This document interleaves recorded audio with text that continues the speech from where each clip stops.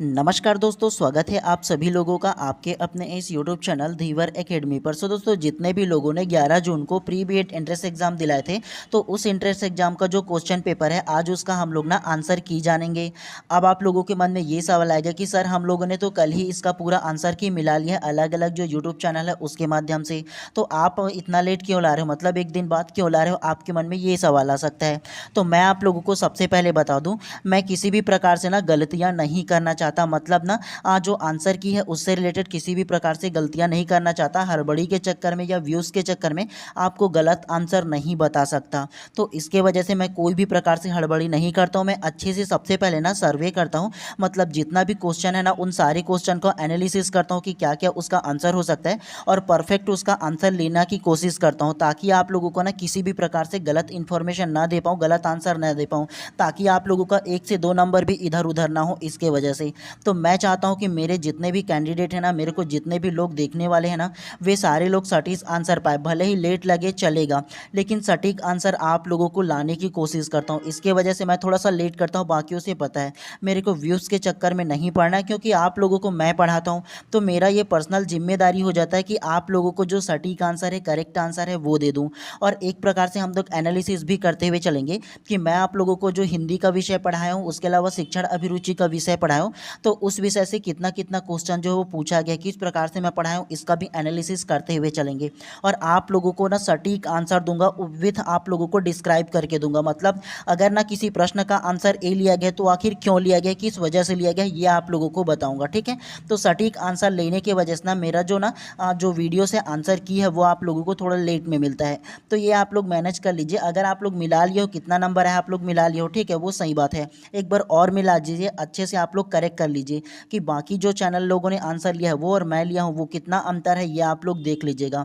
और सटीक आंसर है, यकीन मानिए किसी भी प्रकार से गलती ना हो, इसके वजह से मैं ना जो अपना जो आंसर की ना वो लेट में लाता हूँ, वो कोई दिक्कत नहीं है मेरे को, कम लोग देखेंगे चलेगा, कोई नहीं है, लेकिन सटीक आंसर मिले ये मेरा हमेशा से मेरा मकसद रहा है। मैं गुणवत्तापूर्वक आंसर लेने पर ना, मतलब सटीक आंसर लेने पर ज़्यादा बिलीव करता हूँ, इसके वजह से मेरा जो वीडियो है वो लेट आता है, ठीक है। तो देखो, आज के इस क्लास में ना हिंदी का आंसर की और शिक्षण अभिरुचि के जो आंसर की है ना उसको हम लोग जानेंगे, ठीक है। उसके बाद नेक्स्ट जो वीडियोस लाऊंगा उसमें आप लोगों का सटीक बाकी जो 3 विषय रहेगा ना उसका भी आंसर की आप लोगों का ला दूंगा, और अप्रॉक्स आप लोग मिला लीजिएगा आप लोग, ठीक है।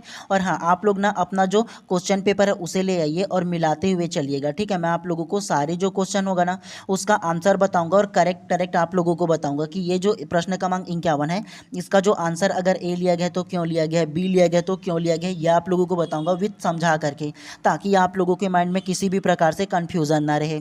चलिए, सबसे पहले शिक्षण अभिरुचि का जो विषय है उसका हम लोग आंसर की को मिलाते हुए चलते हैं। सबसे पहले प्रश्न क्रमांक 51 क्या बोला है, इसमें देखो, कक्षागत अंतःक्रिया कहलाती है, तो कक्षागत अंतःक्रिया जो कहलाता है ना, तो उसका जो करेक्ट आंसर होगा वो ऑप्शन नंबर डी इसमें सबसे पहला करेक्ट हो जाएगा। कैसे होगा ये जान लो। कक्षागत अंतःक्रिया का मतलब ये होता है कि कक्षा में अध्यापक और सहपाठी जो होते हैं ना, तो उसके साथ कार्य करना और क्या करना, संपर्क संवाद के माध्यम से सीखना, मतलब एक जो शिक्षक होता है वो और एक जो छात्र होता है वो, इसके बीच ना सीखने सिखाने का जो कार्य होता है ना, जो एक्टिविटी होता है, वो सारे के सारे क्या कहलाता है, वो कक्षागत अंतःक्रिया कहलाता है, ठीक है। तो ये इसमें करेक्ट हो जाएगा, ये आप लोगों को करेक्ट लेना है। उसके अलावा एक को देखो, मारना पीटना ये निगेटिव है तो ये नहीं होगा। उसके अलावा बच्चे खुद ही खोज करके प्रमाण प्रमाण जुटा सकते हैं तो ये भी इसमें नहीं होगा। उसके अलावा सीखने की प्रक्रिया में एक सामग्री का सुधार करना ये भी नहीं होगा, ठीक है। ऑप्शन नंबर डी इसमें करेक्ट होगा। अंतःक्रिया का जो मतलब होता है वो कक्षा में अध्यापन व सहपाठियों के साथ क्या करना, संपर्क और संवाद के माध्यम से सीखना होता है। आप लोगों को पता होगा ना कि एक टीचर और उसके अलावा जो छात्र होते हैं वो क्या करते हैं, परस्पर संवाद करते हैं, बातचीत करते रहते हैं, छात्र प्रश्न पूछते हैं, तो ऐसे भी होता है, तो इसीलिए इसे अंतःक्रिया कहा जाता है, ठीक है। चलिए, प्रश्न क्रमांक 52 को अब पढ़िए। यदि शिक्षक बच्चों के प्रति पूर्वाग्रह रखता है तो इसका परिणाम क्या होगा, तो इसका जो करेक्ट आंसर होगा ना वो ऑप्शन नंबर जो सी है इसमें करेक्ट हो जाएगा। बच्चों की विकास पर नकारात्मक प्रभाव पड़ेगा, इसमें करेक्ट हो जाएगा। कैसे, ये जान लो। सबसे पहला, यदि शिक्षक बच्चों पर पूर्वाग्रह रखता है, पूर्वाग्रह का मतलब ये होता है कि पुरानी जो परंपरा है जो सनातन से चली आ रही ना, तो उस प्रकार की जो रूढ़िवादिता है, जो पूर्वाग्रह है, उसको धारणा करके रखे रहना। जैसे आप लोगों ने एक धारणा सुना होगा कि लड़कियों को शाम 6 बजे के बाद बाहर नहीं निकलना है, तो नहीं निकलना चाहिए, सही है, लेकिन एकदम जो रोक टोक लगाना, बैरियर लगाना ना कि लड़कियों का जो काम होगा वो खाना बनाना ही होगा चार दीवारी के अंदर कैद ही रखना है। तो इस प्रकार की जो सोच होता है ना उसको पूर्वाग्रह कहते हैं। जो पुराना जो उनकी बात है ना उसी पर ही अमल करते रहना, इसको मानना नहीं है, ठीक है। मतलब जो वर्तमान में जो बदल रहा है जो परिस्थिति ना उसको मानना नहीं है। तो ऐसी चीज़ों को क्या बोलते हैं, पूर्वाग्रह कहते हैं। और पूर्वाग्रह से क्या हानि होता है, क्या परिणाम होता है, तो बच्चों की विकास पर क्या होता है, नकारात्मक प्रभाव पड़ता है। तो ये इसका करेक्ट आंसर हो जाएगा, ठीक है। बाकी इसमें नहीं होगा, ध्यान रखना है। चलिए नेक्स्ट प्रश्न को पढ़ते हैं इसी प्रकार से। चलिए प्रश्न क्रमांक 53 को ध्यान से पढ़िए। अब उस विकल्प का चयन कीजिए जिसमें शिक्षण की प्रभावशीलता में योगदान देने वाले सकारात्मक कारक शामिल हो। सकारात्मक मतलब पॉजिटिव जो थिंक होगा ना वो शामिल होगा, ये बोला है इसमें। तो इसका जो करेक्ट आंसर होगा ना वो ऑप्शन नंबर डी इसमें करेक्ट हो जाएगा। जे, एल और एम इसमें करेक्ट हो जाएगा। कैसे, तो अगर इसमें प्रश्न में पॉजिटिव बोला है सकारात्मक, तो जितने भी सकारात्मक इसमें है उसको लेना था। तो पहला इसमें जे हो जाएगा, शिक्षक का विषय का ज्ञान होना चाहिए, ये हो जाएगा। दूसरा जो होगा वो हो जाएगा एल हो जाएगा, शिक्षक का संचार कौशल होना चाहिए, ये हो जाएगा। उसके अलावा एम हो जाएगा, कक्षा के संचालन में प्रबंधन और निगरानी में शिक्षक की क्षमता हो जाएगा। तो ये तीनों की तीनों पॉजिटिव है। उसके अलावा के को देखो कैसे ये गलत होगा, ये नहीं आएगा। शिक्षक की सामाजिक आर्थिक पृष्ठभूमि, तो ये बताओ एक शिक्षक का जो कितना अमीर है कितना गरीब है वो कौन से पृष्ठभूमि से आता है, सामाजिक आर्थिक पृष्ठभूमि क्या है, इससे कोई मतलब हो गया क्या शिक्षण में, मतलब पढ़ाने में, तो ये नहीं आएगा, ठीक है, ये नहीं होगा। जे, एल और एम इसमें परफेक्ट हो जाएगा, ठीक है। तो ऑप्शन नंबर डी लिया है कि नहीं आप लोगों ने, ये बताइए। चलिए नेक्स्ट को पढ़ते हुए चलते हैं इसी प्रकार से, बाकी को देखते हैं, आप लोग मिलाते हुए चलिएगा, ठीक है, फटाफट अंदाज में। चलिए प्रश्न क्रमांक 54 में क्या बोला है, निर्देश करके दिया है। कथन एस और कारण आर आप लोगों को दिया गया था। कथन एस में क्या बोला है, बच्चों के प्रति शिक्षक की सकारात्मक अभिवृत्ति सीखने के वातावरण को बेहतर बनाती है। कारण आर करके देखिए इसमें क्या बोला है, अभिवृत्ति व्यक्ति के व्यवहार और प्रतिक्रियाओं को प्रभावित करती है। तो ये कथन एस और कारण आर इसमें दिया है। तो इसका जो करेक्ट आंसर होगा ना वो ऑप्शन नंबर ए इसमें करेक्ट हो जाएगा। देखो कथन एस और कारण आर दोनों सत्य है और कारण आर एस की सही व्याख्या है, इसमें करेक्ट हो जाएगा। कैसे, तो आप लोगों को मैंने बताया था इस प्रकार की जो प्रश्न होता है ना वो अधिकतर 90% तक की ऑप्शन नंबर ए ही इसमें करेक्ट होता है। बस आप लोगों को ध्यान ये लगाना होता था कि इन दोनों को पढ़ो, इन दोनों में किसी प्रकार से रिलेशन नजर आ रहा है कि नहीं एक दूसरे से, तो ये ध्यान रखना था, है ना। इसमें बोला है बच्चों के प्रति शिक्षक की सकारात्मक अभिवृत्ति सीखने के वातावरण को बेहतर बनाता है। तो अभिवृत्ति मतलब उसका सीखने का सकारात्मक तरीका, तो वो तो बेहतर बनाएगा, तो ये हो जाएगा। अभिवृत्ति व्यक्ति के व्यवहार और प्रतिक्रियाओं को प्रभावित करता है, तो ये भी इसमें करेक्ट हो जाएगा। तो ऑप्शन नंबर ए इसमें करेक्ट हो जाता है आप लोगों के लिए। आप लोगों ने क्या लिया है जी, हैं ऐसे प्रश्नों में अधिकतर होता था, पहले भी बताया था। और एक चीज़ आप लोगों को पहले बोला था, अपने आप को ना जितने भी इसमें सीडीपी का प्रश्न है वहाँ रख करके देखो, उसके आधार पर बनाते तो जरूर करेक्ट होता। चलिए प्रश्न क्रमांक 55 को देखो क्या बोला है, व्यवसाय में रुचि विकसित करने की प्रक्रिया के चरणों को सही क्रम में व्यवस्थित कीजिए। आप लोगों को बोला था सीक्वेंस वाला क्वेश्चन आएगा ही आएगा बोल करके आप लोगों को। तो इसका क्या आंसर होगा, तो इसका जो करेक्ट आंसर होगा ना वो ऑप्शन नंबर जो बी है वो इसमें करेक्ट हो जाएगा। कैसे होगा ये जान लो। तो सबसे पहले प्रश्न क्रमांक 55 में क्या बोला है, प्रश्न क्रमांक 55 में बोला है कि व्यवसाय में रुचि विकसित करने के लिए, अगर आप कोई जॉब करना चाहते हो उसमें आपकी रुचि क्या कैसे विकसित करोगे, ये बोला है क्रमानुसार जमाने के लिए।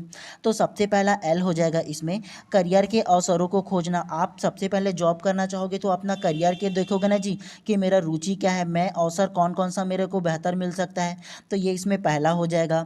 उसके अलावा दूसरा जो होगा वो क्या होगा, वो एन दूसरा हो जाएगा, शिक्षा प्रशिक्षण की योजना बनाना। आप जब करियर को चुन लोगे उसके बाद क्या करोगे, योजना बनाओगे कि मैं उसमें कैसे जा सकता हूँ, ये हो जाएगा।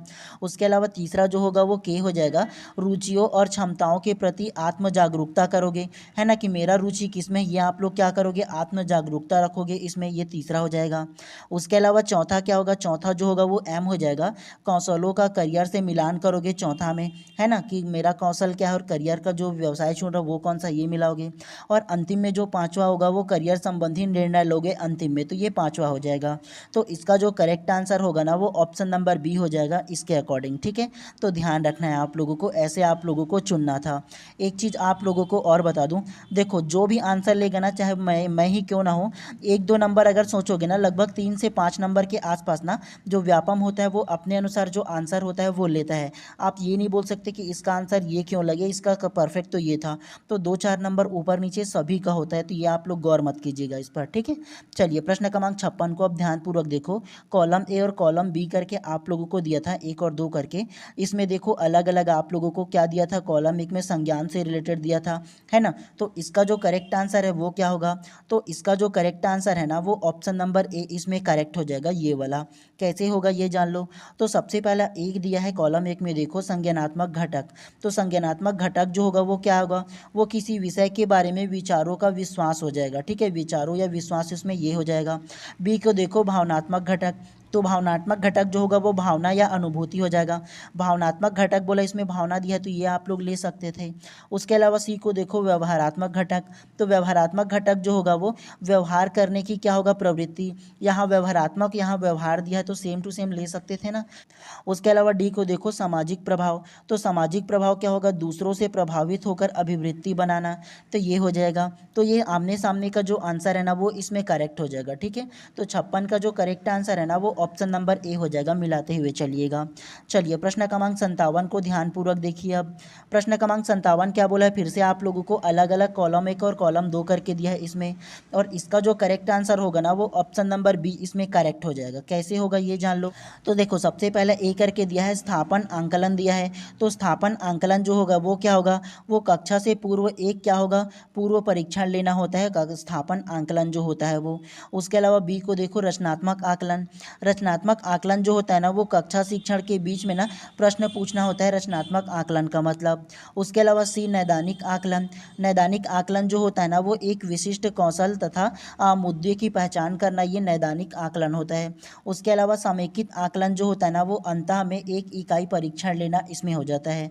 तो 57 का जो करेक्ट आंसर होगा ना ऑप्शन नंबर बी इसमें करेक्ट हो जाएगा। ऐसे आप लोगों को मिलाते हुए चलना है, ठीक है। देखो थोड़ा सा आप लोगों के लिए टाइम टेकिंग हो सकता होगा, है ना, लेकिन आप लोगों को इसी प्रकार से मिलाते हुए चलना था। और लास्ट में आप लोग जरूर बताइएगा कि ये आप लोगों को ना हिंदी और सीडीपी को मिला करके कितना नंबर बन रहा है, ये जरूर बताइएगा, ठीक है। चलिए प्रश्न क्रमांक 58 को देखो, शिक्षा का उद्देश्य है। तो शिक्षा का प्रमुख उद्देश्य क्या था, आप लोगों को ये बताना था इस प्रश्न में। तो इसका जो करेक्ट आंसर होगा ना वो ऑप्शन नंबर सी इसमें करेक्ट हो जाएगा। छात्रों की अंतर्निहित क्षमताओं और शक्तियों का विकास इसमें करेक्ट हो जाएगा। कैसे, तो देखो शिक्षा का मुख्य उद्देश्य, तो बच्चों का शिक्षा का मुख्य उद्देश्य क्या होगा, तो छात्रों की अंतर्निहित जो क्षमता होगा, उसके अंतर जो प्रतिभा होगा उसका विकास करना होता है, ठीक है। मतलब शिक्षा का मुख्य उद्देश्य जो होता है वो। तो आप लोगों ने क्या आंसर लिया जी, ये तो ईजी है यार ऐसे वाला, है ना। ज़्यादा एकदम आप लोगों को कूट में लगा क्या, मतलब एकदम ज़्यादा आप लोगों को टफ लगा क्या ये जो क्वेश्चन है वो, मेरे को उतना ज़्यादा नहीं लगा। देखो क्वेश्चन जो होता है वो केवल लेंदी होता है, एकदम ज़्यादा टफ में नहीं पूछा गया है। 2-4 प्रश्न तो कठिन आप लोगों के लिए रहेगा, सारे प्रश्न को तो ईजी नहीं कर सकता ना, तो थोड़ा सा लेंदी कर देते हैं उनको। चलिए प्रश्न क्रमांक 59 को ध्यानपूर्वक पढ़ो। निम्नलिखित में से कौन सा सफल कक्षागत संवाद हेतु आवश्यक है। तो इसमें आप लोगों को अपने आप को रख करके बनाना था कि कौन कौन सा इसमें कक्षागत संवाद में ना बेहतर है, आप लोगों को ये इसमें बताना था। तो इसका जो करेक्ट आंसर होगा ना वो ऑप्शन नंबर ए इसमें करेक्ट हो जाएगा। के, एम और ओ इसमें करेक्ट हो जाएगा। कैसे, तो देखो सफल कक्षागत संवाद बोला है, तो सफल कक्षागत संवाद में क्या आएगा, सबसे पहले इसमें के आ जाएगा, उद्देश्य का निर्धारण करना। आपको बोला था ना कि अपने आप को यहाँ पर रखो, एक शिक्षक के रूप में सोचो। तो आप एक शिक्षक के रूप में अगर बच्चों को पढ़ाओगे तो सबसे पहले क्या करोगे, उद्देश्य निर्धारित करोगे, जो भी टॉपिक को आप पढ़ोगे, बताया था ना, तो ये इसमें पहला हो जाएगा। उसके अलावा दूसरा में एम आ जाएगा, जोखिम रहित हस्त प्रयोग करना। जोखिम रहित हस्त प्रयोग का मतलब होता है कि बिना किसी प्रकार के जोखिम भरा ना हाथों से जो किया जाने वाला कार्य है वो करना, तो ये इसमें दूसरा हो जाएगा। उसके अलावा तीसरा एम हो जाएगा, वाक उदाहरणों की पुनरावृत्ति हो जाएगा। वाक मतलब बोलने संबंधी जो ना जो चीज़ें हैं, जो कॉन्सेप्ट बच्चों को समझाना है उसका पुनरावृत्ति करना। पुनरावृत्ति मतलब उनको दोबारा तिबारा अगर समझ में ना आए तो बताते रहना, तो ये इसमें 3 हो जाएगा, ठीक है। उसके अलावा देखो पूर्वाभ्यास से बचना, तो ये नहीं होगा। उसके अलावा आत्मदर्शन का चयन, तो ये भी नहीं होगा, ठीक है। जो एक सफल संवाद दिला सकता है वो के, एम और ओ इसमें करेक्ट हो जाएगा, ठीक है। तो आप लोगों ने क्या लिया है जी। चलिए नेक्स्ट प्रश्न को पढ़ते हुए चलते हैं इसी प्रकार से आप। चलिए प्रश्न क्रमांक 60वां को आप ध्यानपूर्वक देखिए। व्यवसाय संबंधी सूचनाओं का मुख्य उद्देश्य क्या है। तो व्यवसाय संबंधी सूचना का जो मुख्य उद्देश्य होगा वो ऑप्शन नंबर बी हो जाएगा, विभिन्न व्यवसायों की जानकारी देना, इसमें करेक्ट हो जाएगा, ठीक है। तो ये इसका करेक्ट आंसर हो जाएगा। चलिए नेक्स्ट को देखते हैं कि नेक्स्ट का आंसर क्या हो सकता है। चलिए प्रश्न क्रमांक 61 को मिलाते हुए चलिए। व्यावसायिक निर्देशन व्यक्ति को किस आधार पर किसी विशेष व्यवसाय के लिए मार्गदर्शन देता है, तो आपको ये बताना था। तो इसका जो करेक्ट आंसर होगा ना वो ऑप्शन नंबर सी इसमें करेक्ट हो जाएगा। जे के एल एम सारे जो है ना वो करेक्ट हो जाएगा।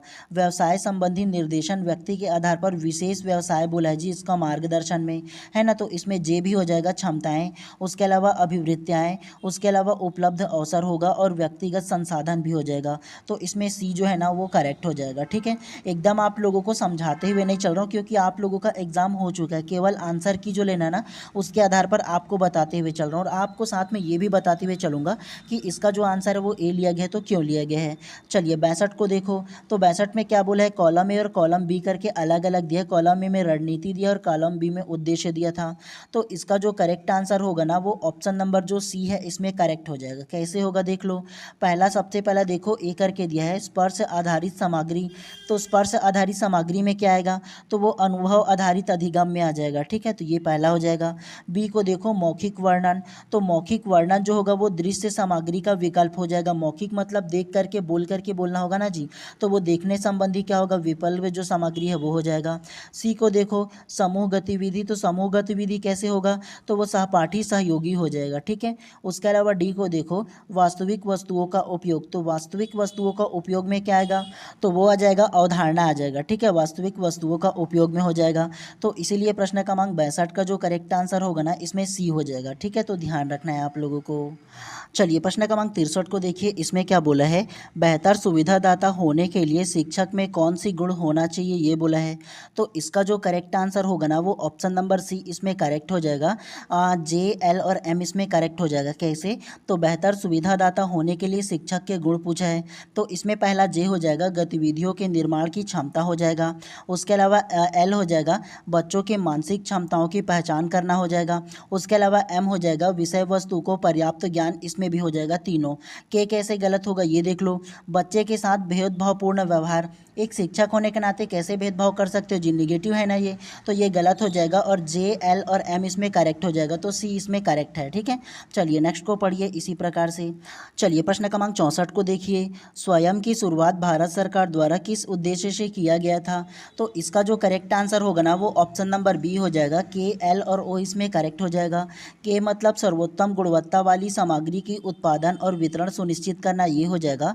उसके अलावा एल हो जाएगा न्यूनतम लागत और गुणवत्ता वाली सामग्री उपलब्ध कराना हो जाएगा। और उसके अलावा ओ हो जाएगा किसी के द्वारा भी कहीं भी और कभी भी, इसमें करेक्ट हो जाएगा। तो ये तीनों इसमें करेक्ट है। और स्वयं एक क्या है, तो स्वयं एक ना वेबसाइट आधारित है जहाँ, तो इसका जो करेक्ट आंसर है वो ऑप्शन नंबर बी हो जाएगा। क्या आप लोगों ने आंसर लिया है, और आप याद करिए आपके क्लास में ये स्वयं के बारे में आप लोगों को बताया था आप लोगों को, है ना। चलिए प्रश्न क्रमांक 65 को पढ़िए अब, शिक्षक को विद्यार्थी के साथ कैसा बर्ताव करना चाहिए, यह आपको अपने क्लास में बता दियो कि एक शिक्षक को मित्र की तरह बर्ताव करना चाहिए बोल करके आप लोगों को पढ़ा दिया सीडीपी को, है ना, तो ये इसका आंसर हो जाएगा। चलो उसके बाद प्रश्न क्रमांक 66 को पढ़ो, क्या बोला है, निम्नलिखित में से कौन सा संज्ञानात्मक कौशल का उदाहरण है, तो संज्ञानात्मक कौशल का जो उदाहरण है वो ऑप्शन नंबर बी इसमें हो जाएगा। समस्या समाधान की क्षमता जो है ना वो संज्ञानात्मक कौशल का उदाहरण होता है। तो ये आप लोगों ने लिया है कि नहीं। चलो नेक्स्ट को देखते हैं इसी प्रकार से। चलो प्रश्न क्रमांक 67 को ध्यान से पढ़ो, जब शिक्षक बच्चों के प्रति सकारात्मक सोच और सहयोगपूर्ण व्यवहार रखते हैं तो यह किस प्रकार की अभिवृत्ति होता है, तो ये ऑप्शन नंबर डी हो जाएगा, सकारात्मक अभिवृत्ति इसमें करेक्ट हो जाएगा। ठीक है, तो ये आप लोगों ने लिया है कि नहीं ज़रूर बताइएगा। चलिए नेक्स्ट को देखते हैं इसी प्रकार से। इसमें कहाँ उतना ज़्यादा कूट में है जी, कूट में है लेकिन एकदम ही ज़्यादा है क्या, बिल्कुल डीलेट की तरह ना जो क्वेश्चन है वो पूछा गया है। चलिए प्रश्न क्रमांक 68 को ध्यान से पढ़िए, बिना किसी विशेष निर्देशन के बच्चों को स्वयं खोजकर नवीन ज्ञान को अर्जित करने का अवसर दिया जाता है, तो वो किस में दिया जाता है, तो वो इसका जो आंसर होगा ना वो ऑप्शन नंबर सी ह्यूरिस्टिक विधि में दिया जाता है। याद करिए ह्यूरिस्टिक विधि क्या होता है, आप लोगों को बताया हूँ ना कि ह्यूरिस्टिक विधि जो होता है वो खोजबीन आधारित जो होता है वो हो जाता है। मतलब बच्चों को क्या किया जाता है, एक समस्या दिया जाता है जिस पर बच्चे ना बिना किसी के मदद के स्वयं खोजबीन करके जो भी समस्या होता है उसका आंसर लेता है। बताया था आप लोगों को, याद करिए मैराथन क्लास में भी आप लोगों को ह्यूरिस्टिक विधि के बारे में बता दिया हूँ, है ना, तो इसका आंसर ऑप्शन नंबर सी हो जाएगा। चलिए नेक्स्ट को पढ़ते हुए चलते हैं, देखते हैं इसी प्रकार से। देखो कहाँ कूट कूट में ज़्यादा पूछा है क्या, आराम से अगर पढ़ते ना तो टाइम मैनेजमेंट आराम से आप लोगों का हो जाता। चलिए प्रश्न क्रमांक 69 को देखिए, किंडरगार्टन शब्द का अर्थ है, याद करिए आप लोगों को किंडरगार्टन भी पढ़ा दिया हूँ, तो इसका आंसर होगा ना वो ऑप्शन नंबर ए हो जाएगा, बच्चों का बगीचा हो जाएगा। कैसे, तो आप याद कीजिए बताया था आप लोगों को किंडरगार्टन क्या होता है, किंडरगार्टन से आप लोगों को गार्डन लेना है बोल करके बताया था ना। और गार्डन में क्या रहता है, फ्रॉग रहता है, मेढक रहता है ना। तो फ्रॉग को से क्या बना है, फ्रॉबेल बना है। आप लोग याद कीजिए, बताया था आप लोगों को इसके मनोवैज्ञानिक के नाम को। तो किंडरगार्टन जो है ना वो बच्चों का एक बगीचा है जहाँ बच्चों को पढ़ाया जाता है, ठीक है। तो ये आप लोगों को याद लिए हो ना, ये बताइए आप लोग। विद्यालय जैसा है लेकिन विद्यालय उसको नहीं बोलते हैं, बगीचा बोला जाता है। जहाँ बच्चे खेल खेल के माध्यम से सीखते हैं तो उनको बच्चों का बगीचा कहा जाता है। ध्यान रखना, आप लोगों को बताया भी था अपने पिछले क्लास में, तो आप लोग याद करिए उसको, है ना। चलिए नेक्स्ट को देखते हैं। चलिए प्रश्न क्रमांक 70 को पढ़िए अब।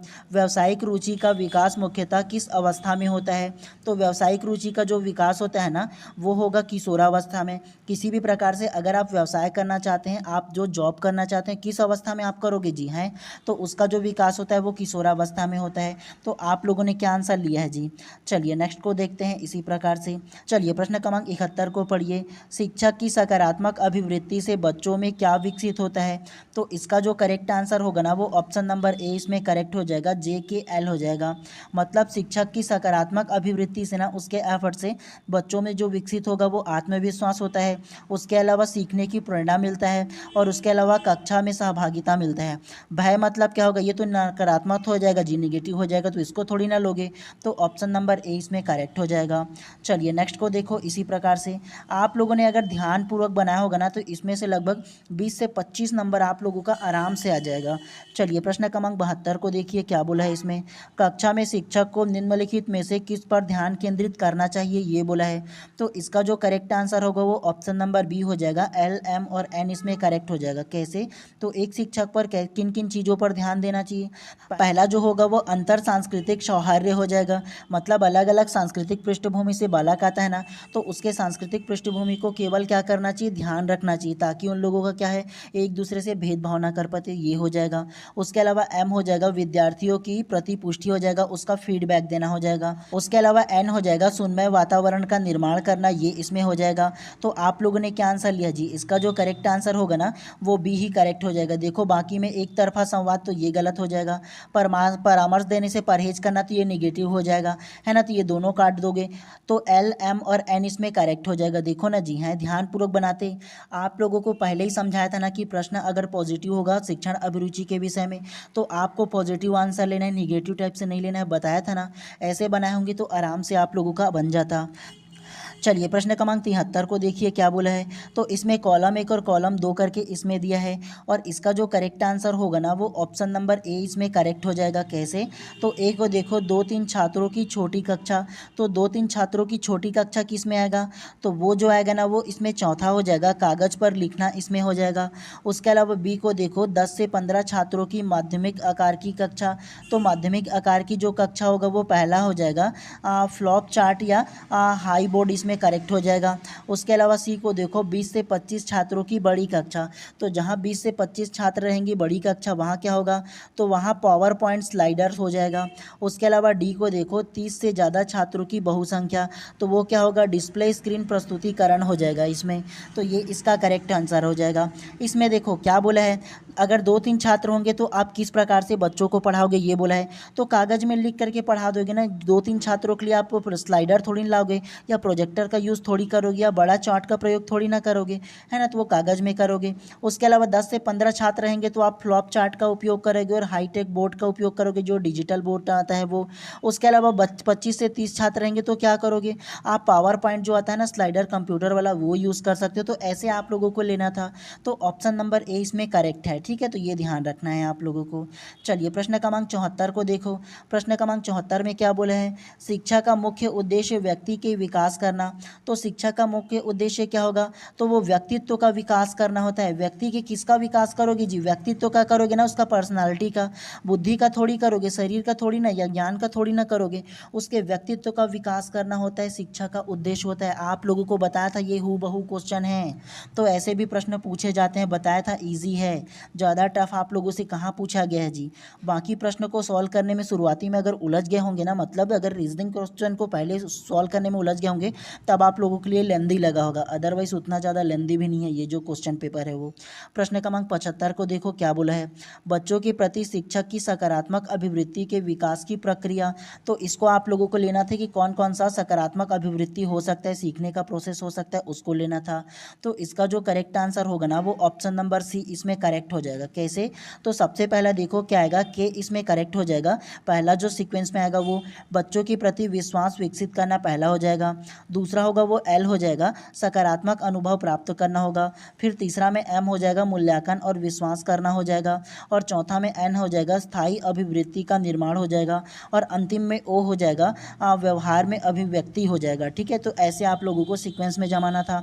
और अपने आप को यहाँ पर रखो तो आराम से प्रश्न समझ में आ जाएगा जी। मैं एक शिक्षक होने के नाते अगर बच्चों में सकारात्मक अभिवृत्ति मतलब मोटिवेशन जनरेट करना चाहूँगा तो कैसे करूँगा, ये सोचोगे तो आराम से आंसर आ जाता। तो इसीलिए बोला था कि ऐसे प्रश्न में अपने आप को रखा करो बोल करके। चलिए प्रश्न क्रमांक 76 को देखो, समावेशी शिक्षा में अनुकूलन का क्या अर्थ है। तो अनुकूलन आप लोगों को बता दिया हूँ, एडॉप्टेशन क्या होता है बता दिया हूँ, याद करो आप लोगों को। तो इसका जो करेक्ट आंसर होगा ऑप्शन नंबर सी हो जाएगा, मूल्यांकन सामग्री पाठ्यक्रम या कक्षा का वातावरण में परिवर्तन करना, इसमें करेक्ट हो जाएगा। चलिए नेक्स्ट को देखते हैं। इसी प्रकार से आपको एकदम समझा नहीं रहा हूँ, जो करेक्ट आंसर है वो बता रहा हूँ।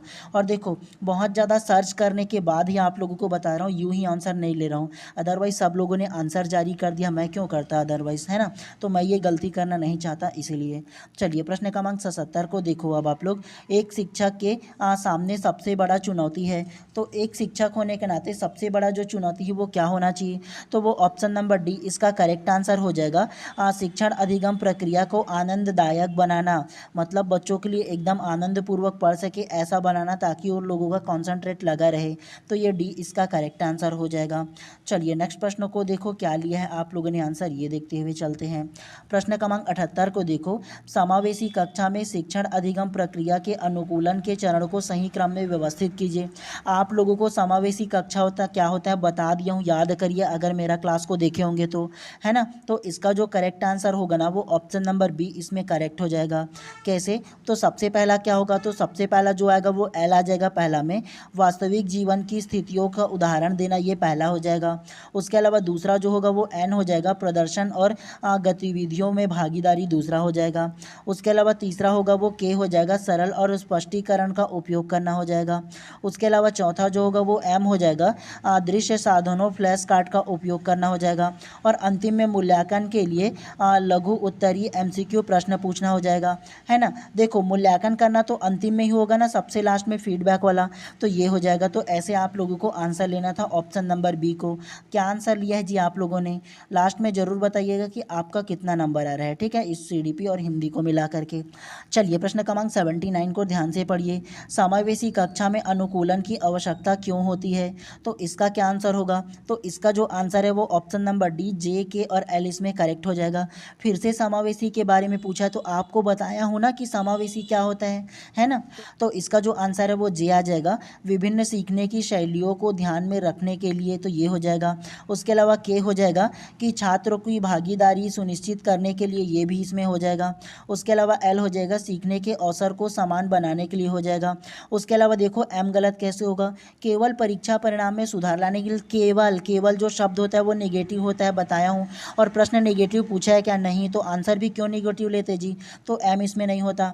ऐसे भी ले सकते हैं कि जिसमें एम होगा उसको काट दो, तो एम इसमें है, इसमें काट दो। उसके अलावा एक और पॉजिटिव है, इसमें जो पॉजिटिव वो एल भी है, तो एल को भी ढूंढ लेते तो वो डी करेक्ट हो जाता, ऐसे लेते तो। चलिए नेक्स्ट प्रश्न को देखो, इसमें क्या बोला है। प्रश्न क्रमांक 80 को पढ़ो ध्यान से, शिक्षण सहायक सामग्री के विषय में निम्नलिखित में से कौन सा कथन सही है बोला है। तो इसका जो कथन सही होगा या इसका जो आंसर सही होगा ना वो ऑप्शन नंबर ए 80 का करेक्ट हो जाएगा, जे के और एल इसमें करेक्ट हो जाएगा। कैसे, शिक्षण सहायक सामग्री के विषय में निम्नलिखित में से कौन सा कथन सही है। तो पहला जे हो जाएगा, अवधारणाओं को लंबे समय तक याद रखने में मदद मिलता है, ये करेक्ट हो जाएगा। के हो जाएगा, इसके अलावा वे छात्रों को बेहतर सीखने में मदद करता है, ये करेक्ट हो जाएगा। उसके अलावा एल हो जाएगा, वे शिक्षण अधिगम प्रक्रिया जो रोचक बनाता है, करेक्ट हो जाएगा। तो ये जे के एल हो जाएगा। एम कैसे गलत होगा, रट कर सीखने समझ को बढ़ावा देना, तो रट करके थोड़ी ना सिखाओगे जी, रटना जो होता है वो निगेटिव होता है ना। तो ऐसे आप लोग काट सकते थे, तो ऐसे आप लोग आंसर ले सकते थे कि एम नहीं होगा, एम तीनों में दिया तो तीनों आंसर नहीं होगा, ऑप्शन नंबर ए करेक्ट हो जाएगा। आँख आँख मूंद करके ले सकते थे। तो ऐसे में आप लोगों का टाइम बचता आराम से। चलो अब हिंदी को देखते हुए चलते हैं। हिंदी को देखो, प्रश्न क्रमांक 81 को, घोड़ा शब्द के लिए सही तत्सम शब्द है। तो घोड़ा शब्द के लिए जो सही तत्सम शब्द होगा वो ऑप्शन नंबर बी घोटक इसमें करेक्ट हो जाएगा। ठीक है, मतलब घोड़ा का जो तत्सम शब्द होगा ना संस्कृत वाला, तो वो क्या होगा, ऑप्शन नंबर बी घोटक हो जाएगा। आपको समझाया था कि तत्सम क्या होता है, तद्भव्य क्या होता है, अगर मेरे क्लास को लिए होंगे तो वो ऑप्शन नंबर क्या होगा, ऑप्शन नंबर बी इसमें करेक्ट हो जाएगा। ठीक है, चलिए नेक्स्ट को पढ़ो इसी प्रकार से। प्रश्न क्रमांक 82 को देखो। प्रश्न क्रमांक 82 में क्या बोला है, अनु उपसर्ग से निर्मित शब्द नहीं है। तो अनु जो उपसर्ग है ना, उससे जो शब्द निर्मित नहीं है वो क्या होगा, ऑप्शन नंबर बी इसमें करेक्ट हो जाएगा। ठीक है, मतलब अनुपम जो है ना वो इससे निर्मित शब्द नहीं है। ठीक है, तो ध्यान रखना है आप लोगों को। बाकी ये तीनों की तीनों था, आप लोगों को समझाया था। बी आप लोगों ने लिया है कि नहीं, ये आप लोग जरूर बताइएगा। चलिए नेक्स्ट प्रश्नों को देखो इसी प्रकार से। चलिए प्रश्न क्रमांक 83 को देखो, कथन और निष्कर्ष फिर से दिया है। तो देखो सबसे पहले कथन एस को, द्विगुण व्यंजनों का प्रयोग शब्दों की शुरुआत में नहीं होता, ये कथन दिया है। कारण आर को देखो, इसका प्रयोग शब्दों के बीच में या अंत में होता है, ये बोला है। तो प्रश्न क्रमांक 83 का जो करेक्ट आंसर होगा वो ऑप्शन नंबर ए हो जाएगा। कथन एस और कारण आर दोनों सत्य और एक दूसरे का व्याख्या करता है, ये करेक्ट हो जाएगा। कैसे, तो इसमें देखो द्विगुण व्यंजनों का प्रयोग शब्दों की शुरुआत में नहीं होता है, तो ये भी इसमें करेक्ट हो जाएगा। द्विगुण व्यंजन का प्रयोग कहाँ होता है जी, इसके शुरुआत में। कारण आर को देखो, इसका प्रयोग शब्दों के बीच में या अंत में होता है। द्विगुण व्यंजन कौन सा होता है, तो डमरू और ढक्कन द्विगुण व्यंजन होता है, आपको बताया हूँ, याद करो। और ये जो होता है वो पूर्णतः ना ही स्वर होता है ना ही व्यंजन होता है, मतलब शब्द की शुरुआत में, मतलब स्वर की शुरुआत में और व्यंजन के अंत में होता है, बताया था आप लोगों को, है ना। तो ये ऑप्शन नंबर ए इसमें करेक्ट हो जाएगा। मिलाते हुए चलना है आप लोगों को। चलिए प्रश्न क्रमांक 84 को देखो अब, कारक विश्लेषण तालिका के अनुसार कारकों के क्रम को व्यवस्थित कीजिए, ये बोला है। तो अलग अलग जो कारक है उसको आप लोगों को व्यवस्थित करना है, पहले में कौन आता है, दूसरे में कौन आता है, ये आप लोगों को जमाना था। तो इसका जो करेक्ट आंसर होगा ना वो ऑप्शन नंबर बी इसमें करेक्ट हो जाएगा। सबसे पहला क्या आएगा, एल पहला हो जाएगा। उसके अलावा दूसरा में जो आएगा वो एम दूसरा में हो जाएगा। तीसरा में जो होगा वो एन आ जाएगा तीसरा में।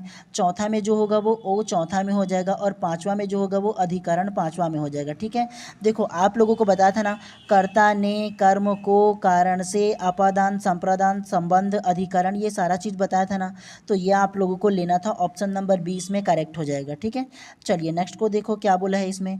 प्रश्न क्रमांक 85 को देखो, निम्नलिखित में से चिन्मय शब्द का संधि है। तो चिन्मय शब्द का कौन सा संधि में आएगा, ये आप लोगों को बताना था। तो इसमें जो आएगा ना, इसका जो आंसर होगा वो ऑप्शन नंबर डी व्यंजन इसमें करेक्ट हो जाएगा। और एक चीज़ आप लोगों ने देखा होगा, आप लोगों का जो प्री बीएड एंट्रेंस एग्जाम का जो सिलेबस है ना, उसमें संधि लिखा हुआ नहीं है आपके सिलेबस में, ये सिलेबस से अलग दिया गया है। तो इसका जो होगा ना वो ऑप्शन नंबर बी हो जाएगा। ठीक है, चिन्मय का अगर संधि विच्छेद करोगे ना तो चिन्ह धन मय बराबर चिन्मय हो जाता है ना। तो ची के बाद ना आया है ना, तो ना जो है वो व्यंजन है, तो व्यंजन में आ जाएगा ये। तो ये प्रश्न क्रमांक 85 का बी हो जाएगा। ठीक है, आप लोगों ने क्या लिया है ये जरूर बताइएगा। चलिए प्रश्न क्रमांक 86 को बढ़ो, इसमें क्या बोला है, सेखी सेठ की धोती भेड़ की लोकोक्ति का सही अर्थ है। तो इसका जो अर्थ होगा ना वो ऑप्शन नंबर डी इसमें करेक्ट हो जाएगा। कुछ ना हो पर भी बड़प्पन दिखाना करेक्ट हो जाएगा। सेखी का मतलब हम लोग छत्तीसगढ़ी में बोलते हैं ना, तय काहे सेखी बघा रहा था चटका ज़्यादा वाला, है ना, तो वैसे ही सेखी है ये। सेखी सेठ की धोती भेड़ की, तो इसका जो लोकोक्ति का अर्थ होगा ना वो कुछ ना होने पर भी ना बड़ा दिखाना, अब मैं आपको क्या करना, बड़ापन मानना दिखाना, ये जो होता है ना सेखी मारना बोलते हैं ना, तो वो इसमें आ जाएगा डी वाला। ठीक है, चलो नेक्स्ट को पढ़ो इसी प्रकार से। इसमें क्या बोला है, आप लोगों के लिए एक कूट वाला अलग से फिर से प्रश्न बोला था इसमें 87 वाला में। चलिए प्रश्न क्रमांक 87 को पढ़ो, लुप्त स्वर के संबंध में सही कथन बोला है। तो लुप्त स्वर के संबंध में सही जो कथन होगा ना, तो इसका जो आंसर होगा वो ऑप्शन नंबर डी जो है इसमें करेक्ट हो जाएगा। जे के और एल इसमें करेक्ट हो जाएगा। कैसे, तो सबसे पहला जे को देखो जो करेक्ट होगा, इसका कोई चिन्ह नहीं होता, तो लुप्त स्वर का कोई चिन्ह होता है क्या, नहीं होता है। उसके अलावा के करेक्ट हो जाएगा, हिंदी में सामान्यतः इसका प्रयोग नहीं होता है लुप्त स्वर का। उसके अलावा एल हो जाएगा, वैदिक भाषा में इसका प्रयोग अधिक हुआ है, तो ये हो जाएगा।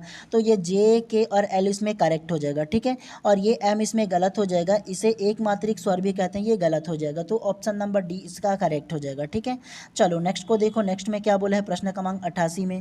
तो देखो जलज शब्द का अनेकार्थी शब्द है, तो जलज का क्या होगा, तो जलज शब्द का जो अनेकार्थी होगा ना वो ऑप्शन नंबर सी इसमें करेक्ट हो जाएगा। सी वाला जे के और इसमें एम करेक्ट हो जाएगा।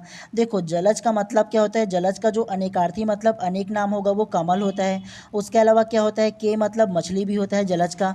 और उसके अलावा एम होता है मोती भी होता है। बादल नहीं होता है जी, बादल तो अंबर अलग अलग उसका अनेकार्थी होता है। तो जे के और इसमें एम है वो करेक्ट हो जाएगा। ठीक है, तो ये दोनों आंसर इसमें करेक्ट होगा। आप लोगों ने क्या लिया है जी? चलिए प्रश्न क्रमांक 89 को देखो क्या बोला है।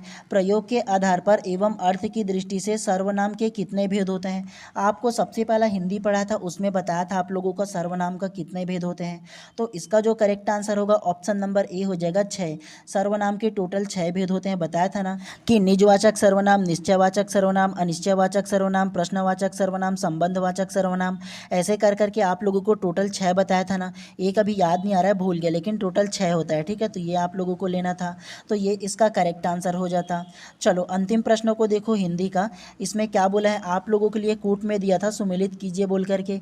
एक तरफ क्या दिया था, सामासिक शब्द दिया था, और एक प्रकार से आप लोगों को समास दिया था। इसका जो करेक्ट आंसर होगा ना वो ऑप्शन नंबर सी इसमें करेक्ट हो जाएगा। मिलाओ, सबसे पहला ए प्रत्येक दिया है, तो प्रत्येक किस में आएगा, कौन सा समास में आएगा? तो प्रत्येक जो है ना वो तीसरा में आ जाएगा, अव्ययी समास में आ जाएगा। उसके अलावा बी देखो हथखड़ी, तो हथखड़ी जो होगा वो किस में आएगा, तो वो हो जाएगा तत्पुरुष समास में हो जाएगा। उसके अलावा मुनीश्वर, तो मुनीश्वर जो होगा वो क्या होगा, वो कर्मधारय समास में होगा। और हरिहर जो होगा वो क्या होगा, द्वंद्व में आ जाएगा। ठीक है, तो ये आप लोगों का जो आंसर है ना 90 का, वो ऑप्शन नंबर सी इसमें करेक्ट हो जाएगा। आप लोगों का कितना नंबर है ये आप लोग जरूर याद बताइएगा मेरे को। ठीक है, और उसके अलावा ना 2-4 नंबर ना, लगभग 4 से 5 नंबर हो सकता है कि व्यापम अपने अनुसार अलग ले ले, लेकिन जो एग्जैक्ट होता है ना वो इसी प्रकार से होता है, ज़्यादा कुछ इससे ज़्यादा ऊपर नीचे नहीं होता है, क्योंकि बहुत ज़्यादा सर्च करने के बाद ही आप लोगों को बताया हूँ। ठीक जी, ठीक है, ऐसे ही आप लोगों को नहीं लेकर के आऊँ। ठीक है, तो बताइए कितना नंबर है आप लोगों का?